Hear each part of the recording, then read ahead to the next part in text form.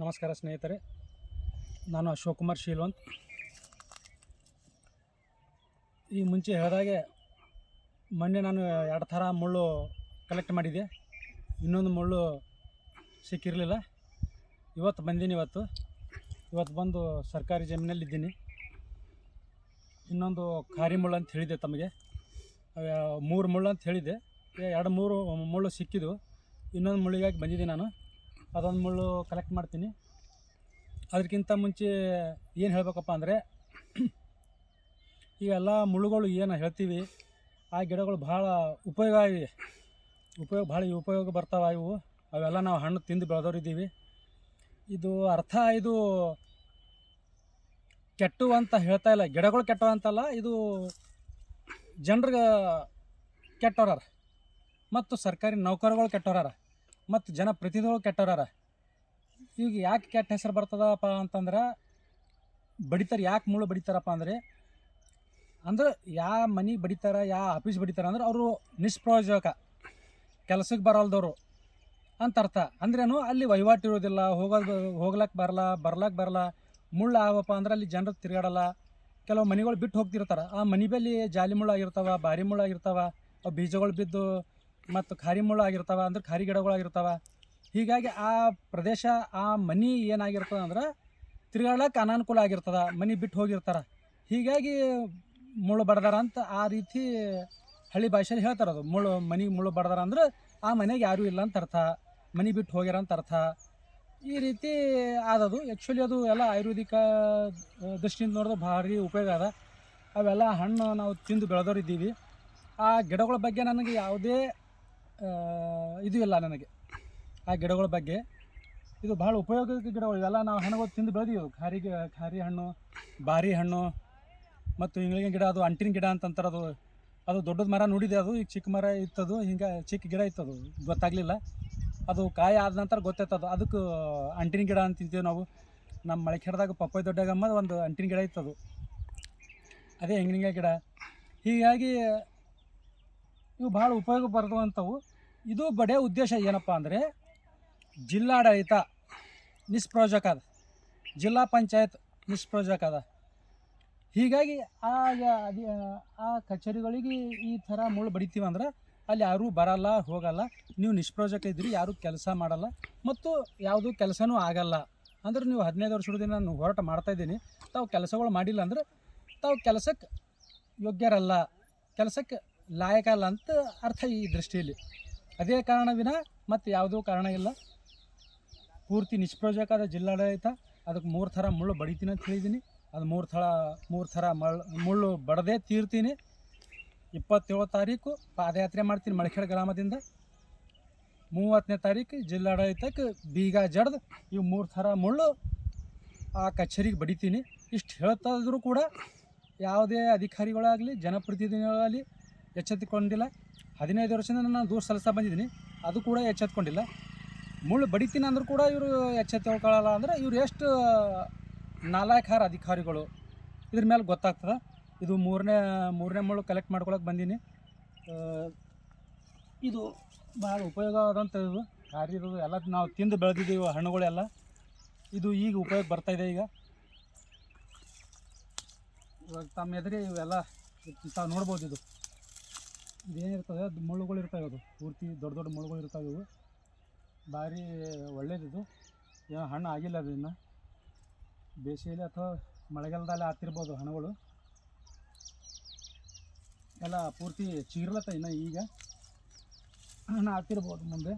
ಇದು ತಮ್ಮ ಎದುರೇ ಇದು ಕಡಿತೀನಿ. ಇದು 2 ಮುಳ್ಳು ಅಂತೂ ಕಲೆಕ್ಟ್ ಮಾಡೀನಿ. 3ನೇ ಮುಳ್ಳು ಇದು ಕಲೆಕ್ಟ್ ಮಾಡ್ಕೊತೀನಿ ಸ್ನೇಹಿತರು.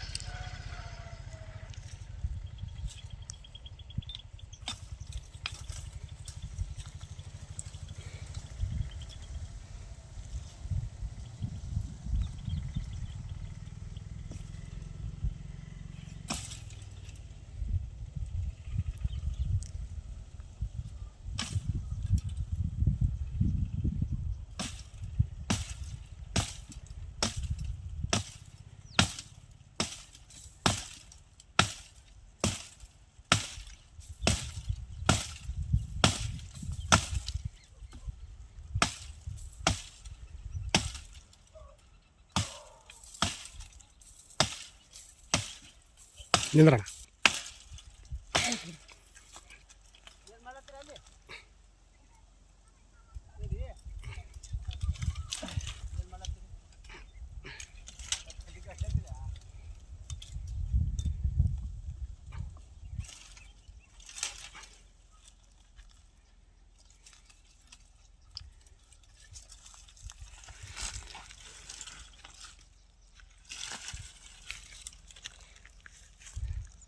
ಇದು ಸ್ನೇಹಿತರದು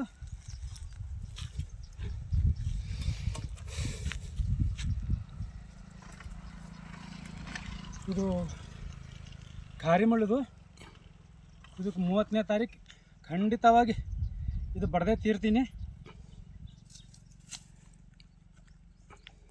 ಮಾನ್ಯ RDPR ಮಿನಿಸ್ಟರ್ ಆದಂಥ ಮತ್ತು ಜಿಲ್ಲಾ ಉಸ್ತುವಾರಿ ಮಂತ್ರಿಗಳಾದಂಥ ಪ್ರಿಯಾಂಕ ಖರ್ಗೆ ಸಾಬ್ರವರು ಮತ್ತು ಇಲ್ಲಿಯ ಶಾಸಕರಾದಂಥ ಡಾಕ್ಟರ್ ಶ್ಯಾಮಪ್ರಕಾಶ್ ಪಾಟೀಲ್, ವೈದ್ಯಕೀಯ ಶಿಕ್ಷಣ ಮಂತ್ರಿಗಳು ಮತ್ತು MB ಪಾಟೀಲವರು, ಬೃಹತ್ ಕೈಗಾರಿಕಾ ಸಚಿವರು ಕೃಷ್ಣ ಬೈರೇಗೌಡರವರು, ಕಂದಾಯ ಮಂತ್ರಿಗಳು, ಮಾನ್ಯ ಮುಖ್ಯಮಂತ್ರಿಗಳು ಸನ್ಮಾನ್ಯ ಸಿದ್ದರಾಮಯ್ಯರವರು ದಿನಾಂಕ 30/4/2026 ಒಳಗಡೆ ಸಚಿವ ಸಂಪುಟದಲ್ಲಿ ನಿರ್ಣಯ ಕೈಗೊಂಡು ಅದರ ಆದೇಶ ಕಾಪಿ ನನ್ನ ಕೈ ಸೇರಬೇಕು. ಇದ್ರ ಬಗ್ಗೆ ಉನ್ನತ ಮಟ್ಟ ತನಿಖೆಗೆ ಆದೇಶ ಮಾಡಿರಬೇಕು. ಒಂದು ವೇಳೆ ಆಗಲಿಲ್ಲ ಅಂದ್ರೆ ನಾನಂತೂ 30 ತಾರೀಕು ಬರ್ತೀನಿ ಜಿಲ್ಲಾಡಳಿತ ಕಚೇರಿ 3 ಥರ ಮುಳ್ಳು ಬಡಿತೀನಿ ನಾನು. ಒಂದು ವೇಳೆ ಇದು ಮೀರಿ ಆಗಲಿಲ್ಲ ಅಂದರೆ ಮುಂದೆ ಬೃಹತ್ ಹೋರಾಟ ಆಗ್ತದೆ. ಎಲ್ಲ ಪ್ರತಿ ಹಳ್ಳಿಗೆ ಹೋಗ್ತೀನಿ. ಕಂಪ್ನಿ ವ್ಯಾಪ್ತಿಯಲ್ಲಿ ಎಷ್ಟು ಪಂಚಾಯತಿ ಅವ, ಎಷ್ಟು ಹಳ್ಳಿಗಳವ, ಎಲ್ಲ ಪ್ರತಿ ಹಳ್ಳಿಗೆ ಹೋಗಿ ತಮ್ಮದೆಲ್ಲ ಬಣ್ಣ ಬಯಲು ಮಾಡಬೇಕಾಗ್ತದೆ. ಅಲ್ಲಿವರೆಗೆ ಅದು ಆಗ್ಲಕ್ಕೆ ಆಸ್ಪದ ಕೊಡಬೇಡ್ರಿ. ರೈತರಿಗೆ ಮೋಸ, ವಂಚನೆ, ಧೋಕಾ ಮಾಡಿ ಕಡಿಮೆ ದರದಲ್ಲಿ ರೈತರಿಂದ ಭೂಮಿ ಖರೀದಿ ಮಾಡಿದಾವೆ ಕಂಪ್ನಿಗಳು. ಆ ಕಂಪ್ನಿಗಳು ಮರಳಿ ಒಡೆದು ಹಾಕಬೇಕು. ಇಲ್ಲಿಗೆಲ್ಲ ಒಡೆದು ಹಾಕಬೇಕು ಮತ್ತು ಆ ರೈತರಿಗೆ ಆ ಭೂಮಿ ವಾಪಸ್ ಕೊಡಬೇಕು. ಮತ್ತು 2 ವರ್ಷನಾಗ ಯಾರು ಬಳಕೆ ಮಾಡ್ಕೊಂಡಿಲ್ಲ ಭೂಮಿ, ಅವ್ರ ಭೂಮಿ ಅವ್ರಿಗೆ ವಾಪಸ್ ಕೊಡಬೇಕು. ಯಾರು ಕಂಪನಿ ಸ್ಥಾಪನೆ ಮಾಡಿಲ್ಲ ಅವ್ರ ಭೂಮಿ ಅವ್ರಿಗೆ ವಾಪಸ್ ಕೊಡಬೇಕು. ಮತ್ತು ಏನು ಕಂಪ್ನಿಗಳು ಬಾಕಿ ತೆರಿಗೆ, ಆಸ್ತಿ ತೆರಿಗೆ ಹಣ ಏನು ಬಾಕಿ ಇಟ್ಕೊಂಡಿದ್ದಾರೆ ಅವೆಲ್ಲ ಬಾಕಿ ಸೇರಿಸ್ಕೊಡ್ಬೇಕು. ಮತ್ತು ಕಂಪ್ನಿಯನ್ನು ಇಲ್ಲಿಗೆಲ್ಲ ಕಟ್ಟಿದ್ದಾರೆ ಕಂಪ್ನಿಗಳು ಎಲ್ಲ ಒಡೆದು ಹಾಕಬೇಕು ಮತ್ತು ಅವ್ರ ಭೂಮಿಯವ್ರಿಗೆ ರೈತರಿಗೆ ವಾಪಸ್ ಕೊಡಬೇಕು ಅಂತ ಇಷ್ಟೇ ಹೇಳ್ತೀನಿ. ಮತ್ತು ಮುಂದಿನ ವೀಡಿಯೋದಲ್ಲಿ ಭೇಟಿ ಆಗ್ತೀನಿ. ಜೈ ಭೀಮ್, ನಮೋ ಬುದ್ಧಾಯ.